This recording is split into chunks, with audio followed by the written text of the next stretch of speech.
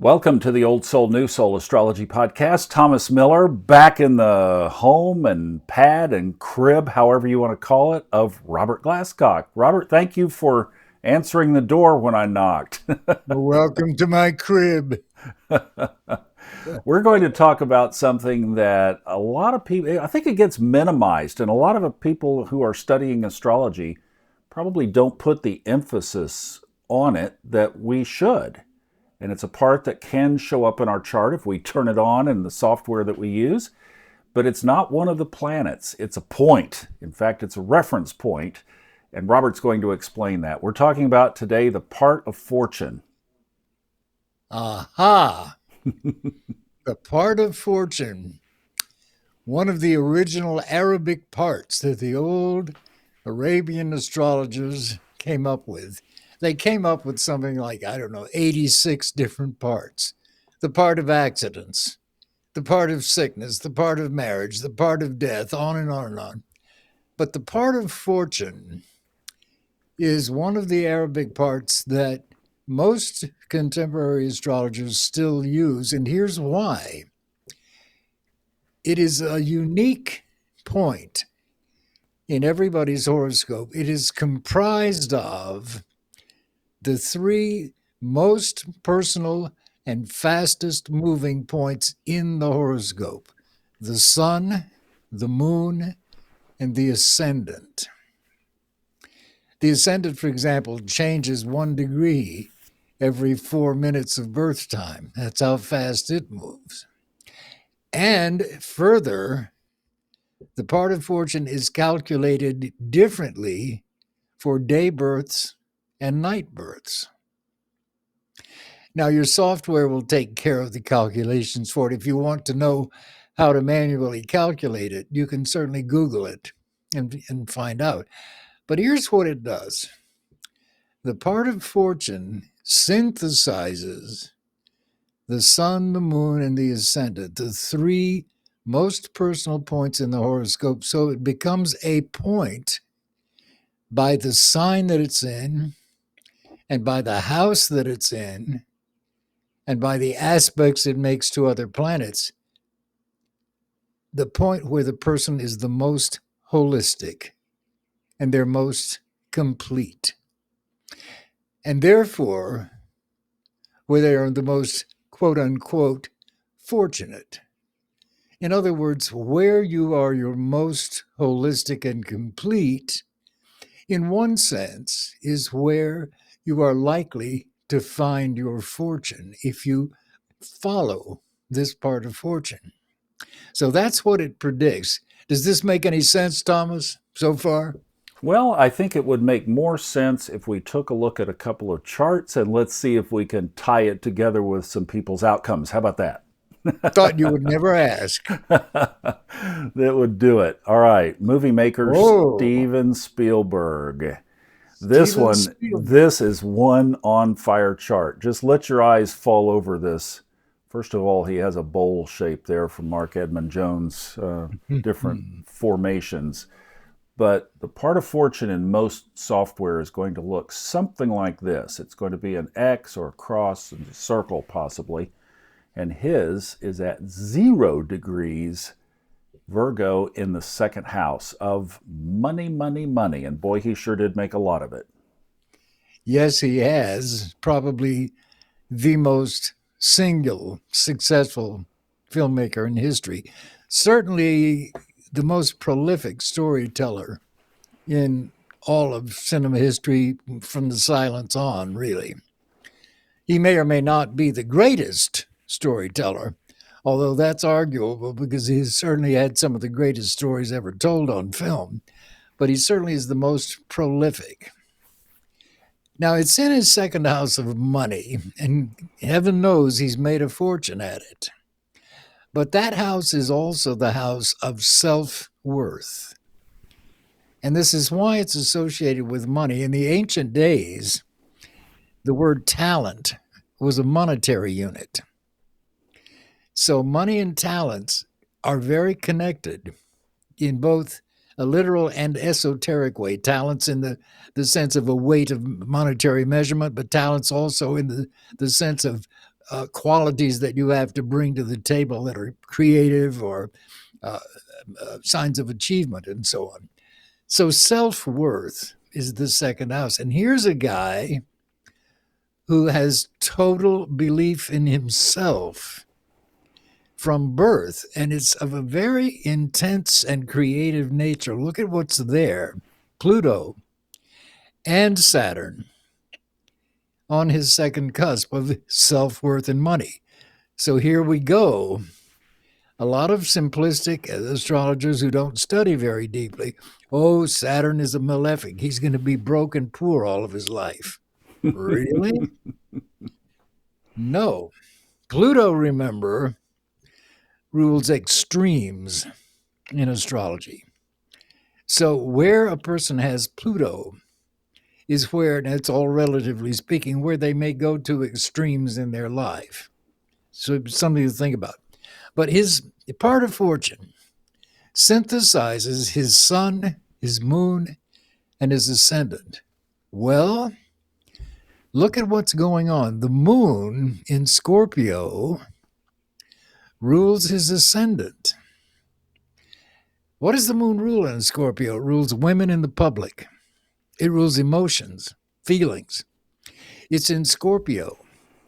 This is a man who was born to perform emotional surgery on people, to change people's lives at a very rich and deep emotional level. His sun is in Sagittarius, a wonderful storytelling sign, and a sign of communications, especially mass communications through storytelling, writing, publishing, all of those things that are associated with the natural ninth house sign of Sag, including travel. So suddenly now you've got this combination of his sun in the sixth house of work, his occupation, and the moon in his fourth house of the home and family. And his films are nothing if not family-centric. Think about them, including E.T. All of his films have at their core a sense of home and family importance. E.T., the extraterrestrial, all of his films, really, everyone I can think of has a strong family core. Close Encounters of the Third Kind, again, a family man. So this home and family is really at the center of a lot of his work. And then the moon is on his fifth cusp. It's within 5 degrees of it, so it can be read in his fifth house of creativity again.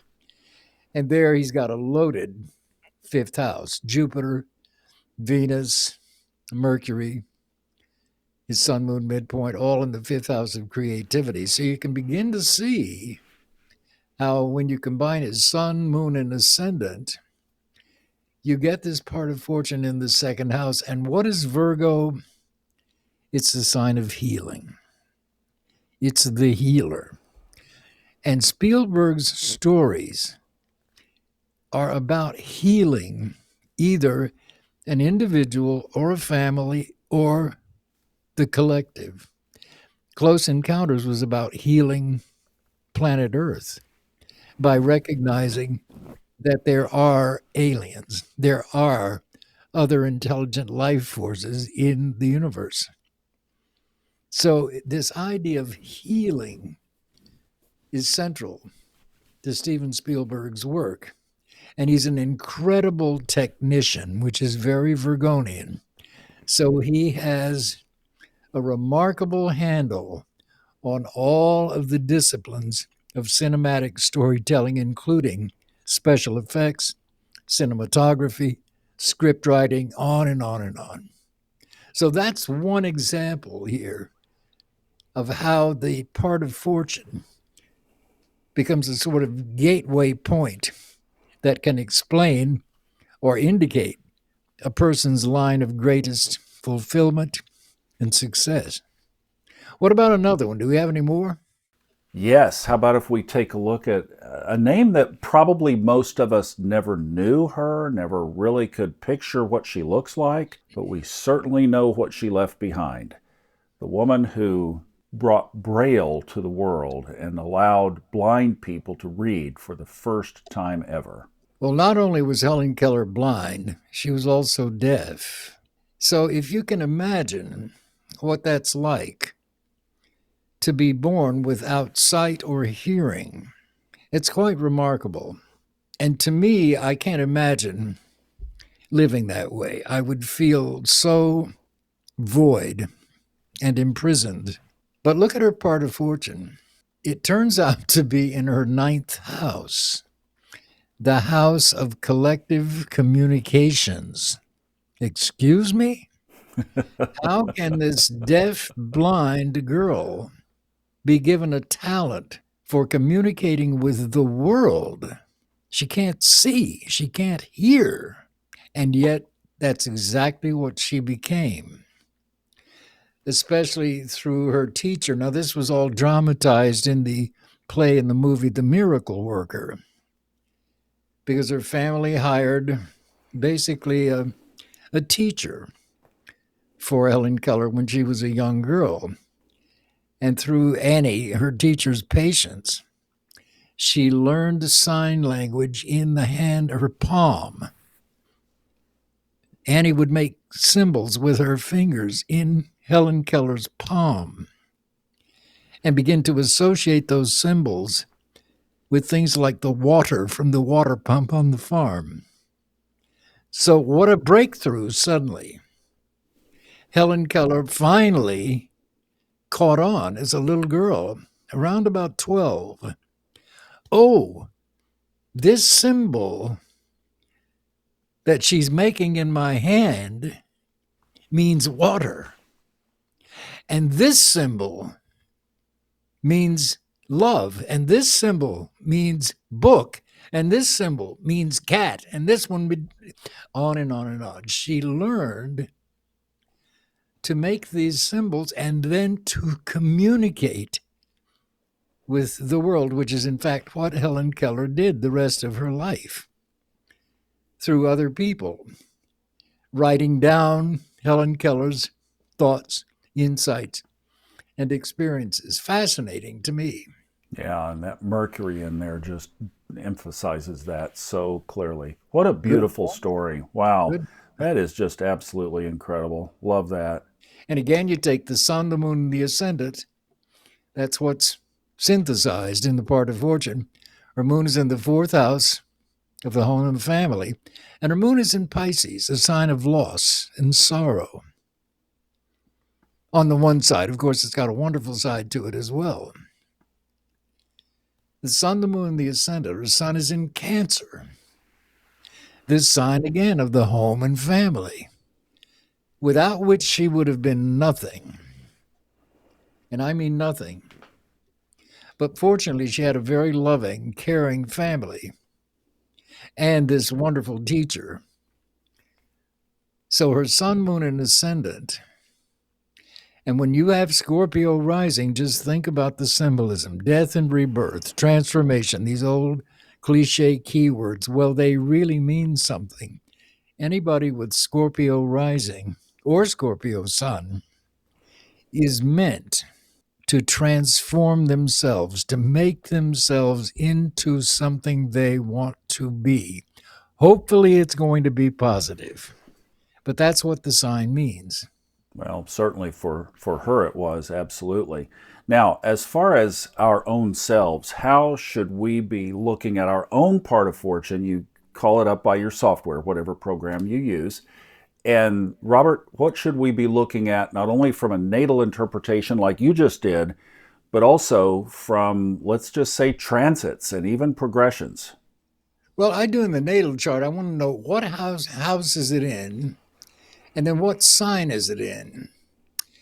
And the combination of those two will give you a lot of pointers about where you can find a lot of self-fulfillment and self-development and probably make money. You can make money through any house. My part of fortune, for example, happens to be in my sixth house, near the seventh cusp, and in the sign of Cancer. Well, I work from home. I work as a consultant. which is the seventh house. And work is, of course, occupation, the sixth. So there's my part of fortune. Well, there it is. Why, you're a wizard, Thomas. How'd you have this handy? I keep it close by. So there it is. And so it simply behooves me when I get a handle on my horoscope. Oh, let me study my part of fortune. What does that mean? Well, it means work and occupation. It's the home, maybe working out of the home. It could be real estate. It's ruled by the moon, which rules Cancer. The moon is in Aries here. Oh, this is a guy who wants to work for himself. He doesn't want to sit in the bank teller's cage from 9 to 5. He'd go nuts. But he's a communicator. Third house. And moon is ruled by Mars, which is up near his midheaven in his 10th of career, in Libra, the sign of the counselor again. So we're talking about, and then we get communications again from the 9th house. So just starting to study this part of fortune in Cancer leads us to the moon, which is ruled by Mars, which leads us to his midheaven and career house in Libra. And the moon is opposite this stellium in his 9th of communications. So I wound up publishing for American Astrology magazine, 220,000 words a year for 10. And there's that 9th house of publishing. So you can see when you start with the part of fortune, which is where you're most holistic. And I have always loved to work. I like to work more than anything else, more than relationships, more than anything. I love to work. I love astrology. Let me throw another one in here, and that is, let's take a look at where we can use this to time things of how different events that we might set up or do could work out. And I just picked, for very quick ease, the time that we started to record this podcast. And it's interesting that we find this, that the part of fortune then is almost out of Sagittarius, but it is still there at 29 degrees, 7 minutes in the 12th house. And we're talking about informing people how to use this almost hidden, secret kind of position in the chart that is not forefront. It's not like even Chiron, or now everybody's using the asteroids, Lilith and Ceres and all these others. But the part of fortune is kind of sitting there a little bit hidden, and yet here we are bringing it out in a spiritual context. Absolutely right, Tom. But something people forget about the 12th house. Everybody remembers, secret sorrow, self-undoing. True, if you're unconscious about your 12th house. But that same 12th house also rules hidden treasures. Meaning, if you explore consciously your 12th house sign and the planet that rules that sign and planets in that house and their aspects and so on, you'll be able to uncover a hidden treasure through that 12th house. So the part of fortune today, as we begin to talk about it in horoscopes, happens to be in one of the most metaphysical houses that there is, the 12th house. And if you follow what Robert is talking about, you can transform your life and make lots of money. Through the 12th house. And it's ruled by Jupiter too. So, hey. Exactly. Well, this is how you can start to work with this. And then, of course, these interpretive techniques, you can learn the synthesis by listening to the over almost 250 now episodes of this podcast. Robert, can you believe that we have that many going? I can't. Isn't that something else? Yeah. So there's a lot of learning, a lot of body of knowledge in here, but you might even want to take it a step further and drill down on your own. You can get a hold of him. If you just click in the show notes or the description in YouTube, you can find his new website, and that's where you book a request to have a session set up with him in person. Thanks so much for listening, Robert. Thank you. This is a great topic. We'll talk more about this in upcoming podcasts and months ahead. And we will see you on the next Old Soul, New Soul Astrology podcast with Robert Glasscock. Thanks for watching and listening.